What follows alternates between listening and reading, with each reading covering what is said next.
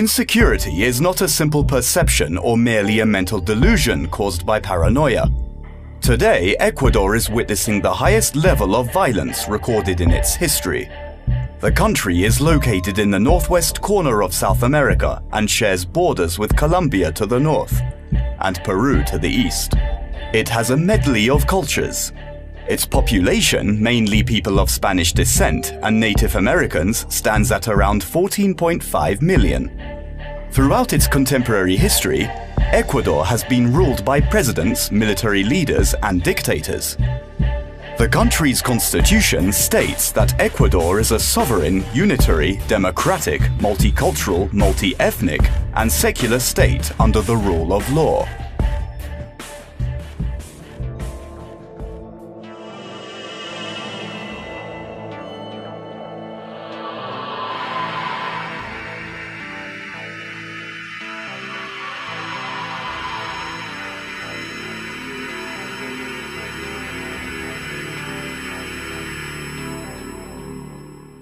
For an Ecuadorian, daily life outdoors means knowing and accepting all risks that are likely to occur.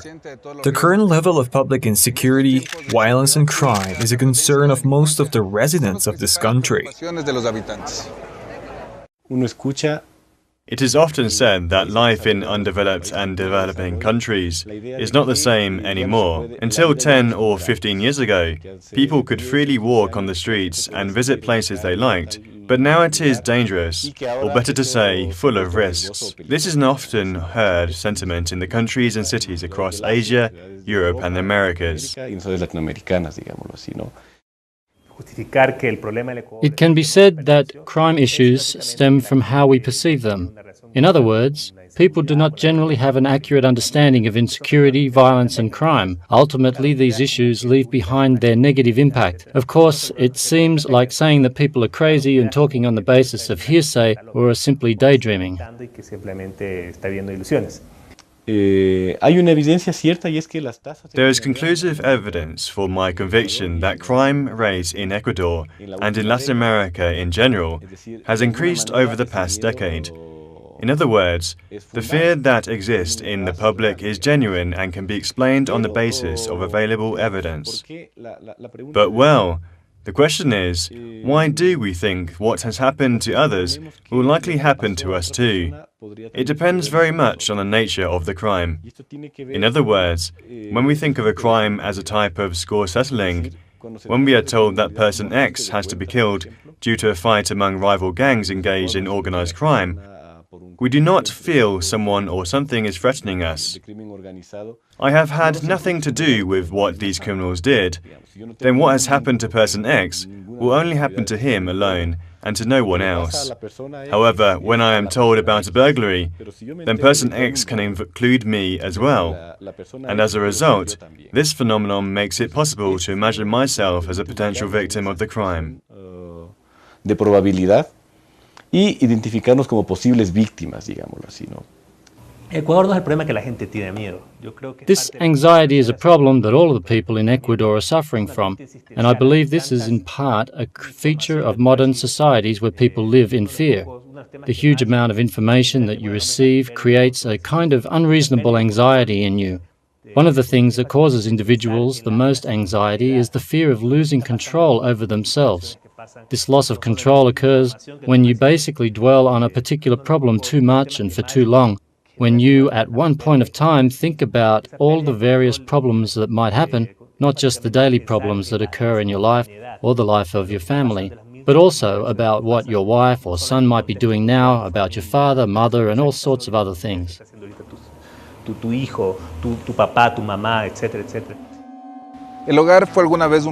There was a time when people thought of their homes as a safe haven, a place where they could take refuge from all hostilities and conflicts on the streets. Crime has wrecked all aspects of social and public life in the most barbaric manner. Nowadays, security is a luxury that not everyone can afford. A las medidas de seguridad, a lo que llamamos la autoprotección. Security devices, commonly known as personal protective equipment, PPE, have us believe that it can be safe as long as I acquire these devices. In other words, the functions of the government and what the government can do take second priority. And I get the impression that I take care of myself, provided that I avail myself to the security devices on the market. What I see is a huge political problem, and I think all these problems are caused by governments themselves. As the backbone of the country, the government is the only authority in the society that can use power. It is the only body that can make use of violence for the social interests. What the current policy does is to gradually encourage privatization of the services provided by the personal security and protection agencies, and in some cases, exploitation of the violences by these agencies for financial gains. In Ecuador, private guards are licensed to carry firearms. Police forces are even instructed on the rules on how to use various firearms. These rules contain wide-ranging details on the protection of the rights of individuals in society, such as force continuum, which allows for incremental use of force during an arrest, for example. Private guards, however, do not have this discipline. The question of whether or not to fire one's weapon to protect a residence or a neighborhood is a very sensitive one.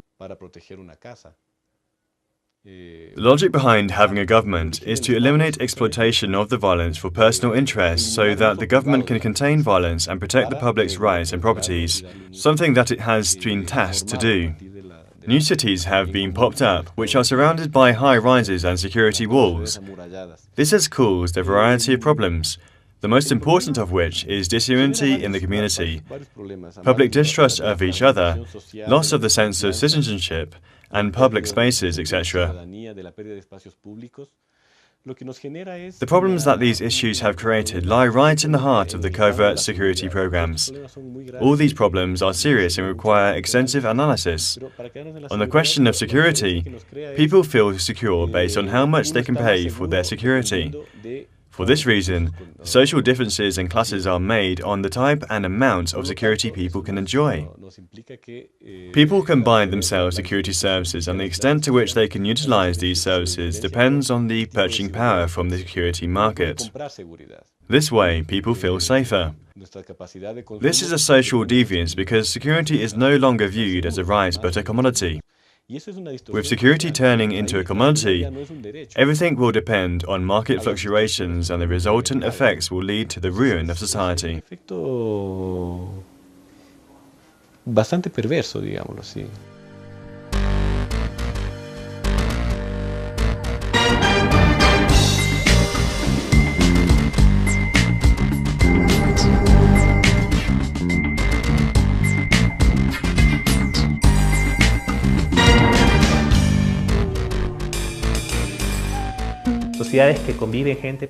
Community becomes a place where people just live in, but never unite, never live together, etc. Obviously, it will not have a good impact on the social policies adopted. Separating individual members of a society doesn't necessarily lead to, well, we feel secure, but at the same time are confused about social definitions, whether this is a bourgeois society or a modern or an intellectual one. They have watchdogs, security cameras, locks, weapons, all sorts of security equipment.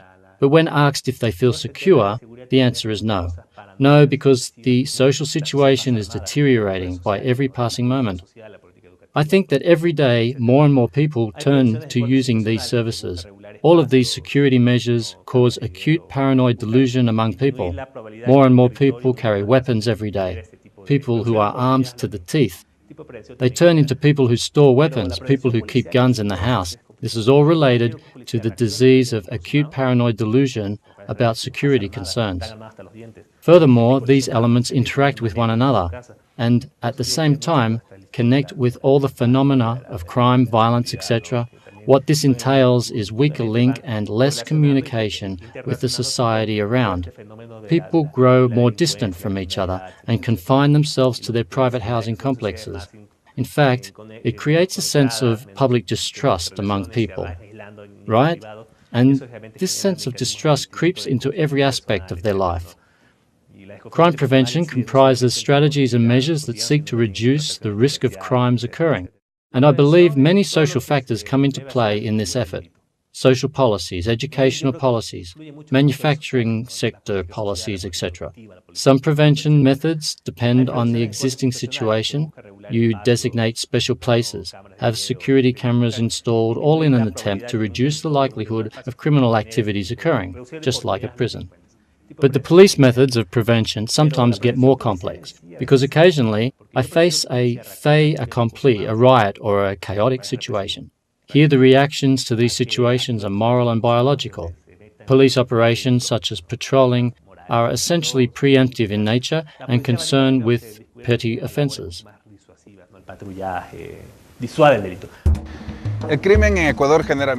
Crimes have introduced fear and panic to the Ecuadorian society. The deteriorating security situation has forced intelligence agencies, which were previously involved in dealing with more urgent issues, to join executive and more effective groups.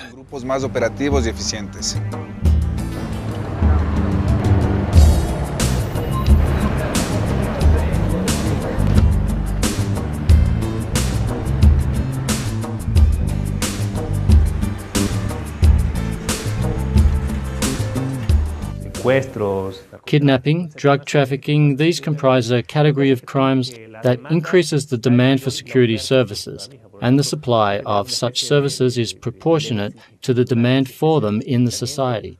This tends to create a sense of dilemma in you and blinds your reason. These are your answers to different kinds of fears. First of all, nowadays, even police are panic-stricken because they are the first body tasked with handling these public fears.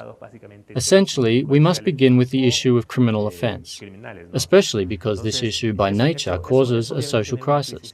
Let's discuss the issue at a more local level. For example, the type of police force that we have, the type of response the government has given to the current level of demand for security.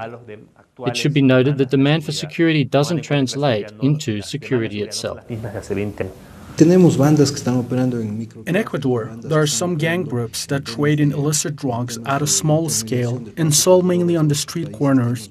And there are major drug trafficking cartels which engage in smuggling and distribution of illegal drugs in other countries. We have some criminal groups that take part in illicit activities of various sorts.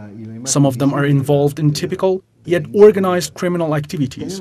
7 months ago, we established the Rewards for Wanted Persons program. We have people who have been engaged in criminal activities across the country for the past 10, 15, or 20 years. We have been able to detain between 30 to 40 of them. How long do you think they spend in prison after their arrest? 10 days, 15 days, 1 month or 2 months, but not more than that. They have never been punished. What we would like to see is these horrible criminals apprehended and punished for their crimes.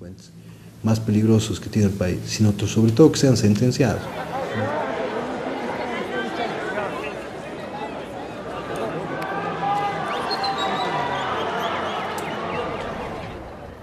Muchas de las políticas que se toman miran el problema de manera estereotipada.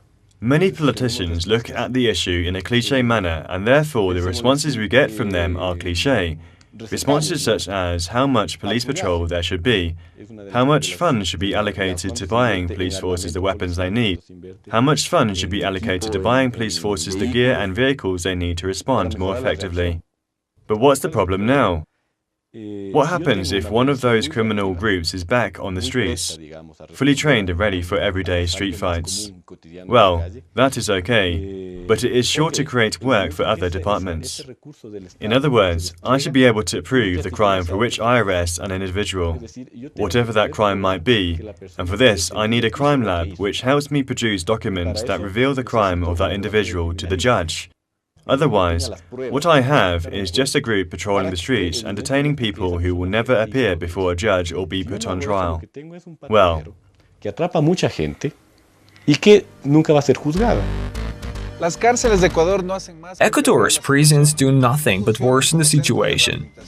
They don't function as rehabilitating centers, but as places where violence is encouraged and even institutionalized among offenders. These are the same people who get more violent and more dangerous once they are released back onto the streets, much more than they were before they were arrested and put in prison. No solamente estamos hablando de Ecuador's justice systems definitely need a serious overhaul. We're not talking about changing the laws and legal tools only, or about the use of technological instruments to effectively supervise our judges. We are talking about the behavior that is expected of judges.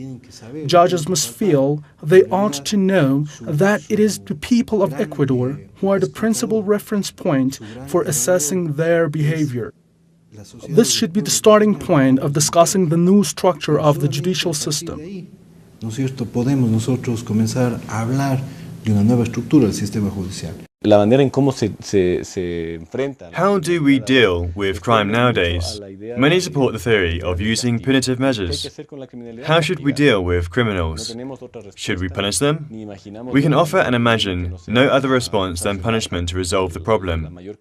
With the rising crime rate, the past 20 years alone has seen sharp increase in the prison population compared to the general population. In fact, resorting to punitive measures to solve social problems is a new phenomenon. In other words, we try to make up for the inefficiency in solving political problems, in resolving conflicts and in creating social peace by putting more police on the streets and building more courts and prisons. I must say that this is one of the most important and complicated global issues. Strict disciplinary policy is becoming more and more common, in a way that the higher the crime rate gets, the heavier the punishment for the crime ought to be.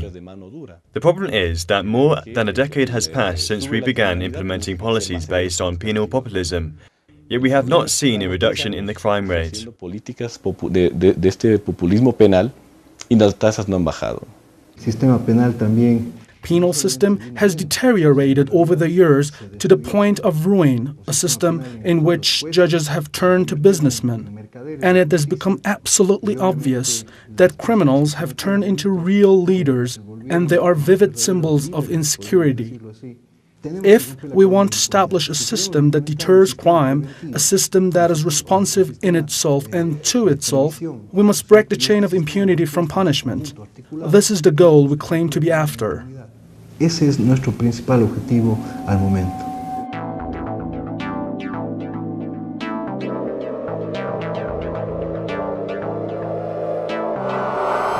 La vía pública ocupa el primer lugar. City streets among public places are where most attacks on people occur. Public transportation is turned into a new space where crimes of different sorts are committed. Nuevo espacio donde perpetrar delitos.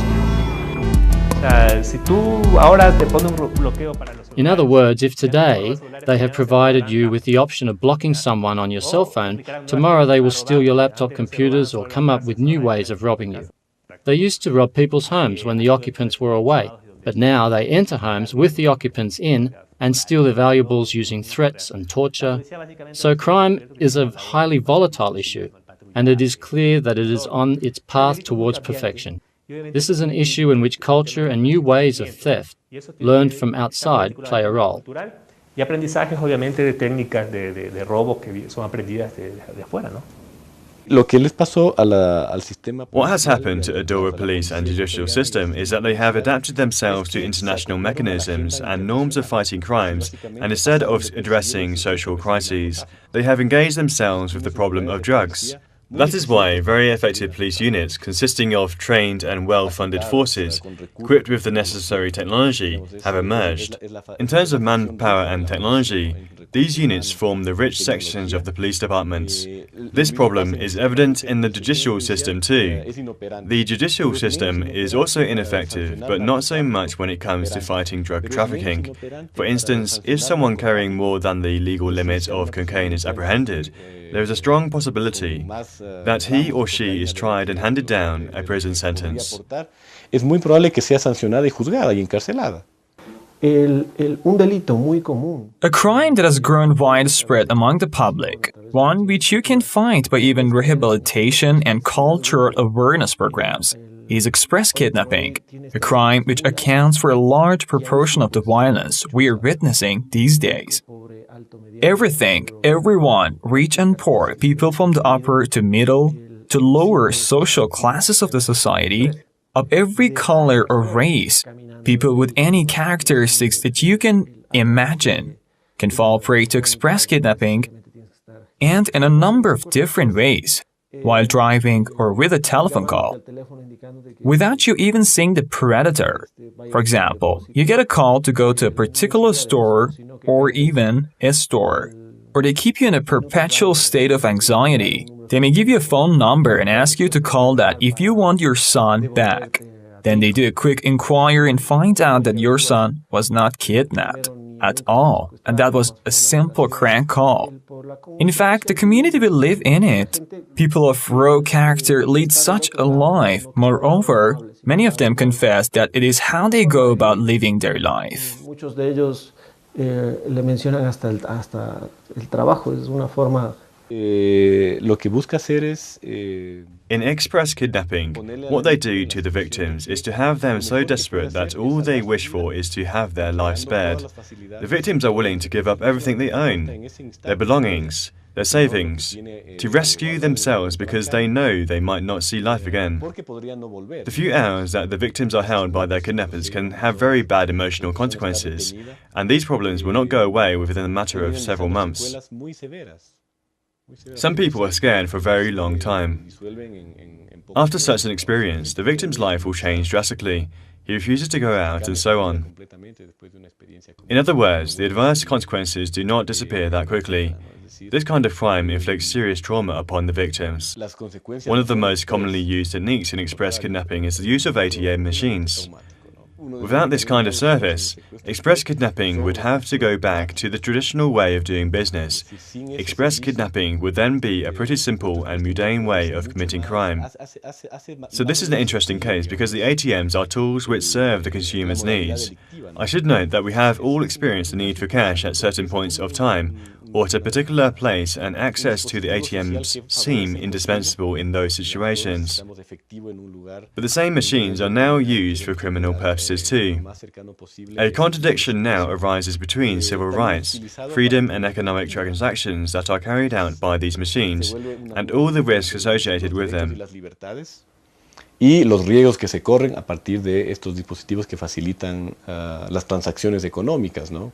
La banda autora del asesinato el pasado 2 de septiembre del empresario quiteño Francisco Espinosa fue detenida. Los apresados responden a los nombres de Flores Zarzosa César Alfonso, de nacionalidad ecuatoriana; Arenas Ortiz Dreyson Andrés, de nacionalidad colombiana; Correa Cárdenas Ferney, de nacionalidad colombiana; Ubate Peña John Felipe. Well, the issue of contract killers, Insecurity, depends primarily on the conflicts of an illegitimate and illegal economy are resolved. In other words, in the illegitimate and illegal economy, conflicts cannot be resolved through legal channels. Given the nature of this type of economy, since these conflicts cannot be resolved through legal means, the only remaining option is for people to take the law into their own hands. Crear su propia justicia. The only difference between contract killers and murderers is that the contract killers receive money for their services. But in fact, both the actual killer and the person who paid the killer can be found guilty of murder. In recent years, the country's brutal murder rates have increased greatly. One of the causes for this increase is the prevalence of organized crime, especially drug trafficking in the country. Contract killers kill with 2 or more shots, but the signature of professional killers is generally 1 shot to the head and 2 shots in the chest. It is obvious that even 1 shot in the leg could make one die from severe bleeding. However, contract killers always pick the fail-proof way. The only thing they want is just to kill you. Last year, for example, when I was in charge of doing the surveys on crimes, all the crimes nationwide and 15% of the crimes committed in the city of Quito were carried out by contract killers. De todos esos asesinatos, más o menos el 15% de los asesinatos en Quito eran producto del sicariato. Los narcotraficantes tienen sus All the drug trafficking cartels have their own network of contract killers. The problem begins when these networks splinter from the cartels, gaining independence and ultimately providing their own services. This means that I can have access to these services, even if I am involved in a conflict that has nothing to do with drugs or drug trafficking. I can also employ their services in other conflicts as well, such as setting a personal score with someone. These services have become available to drug traffickers as well as ordinary people.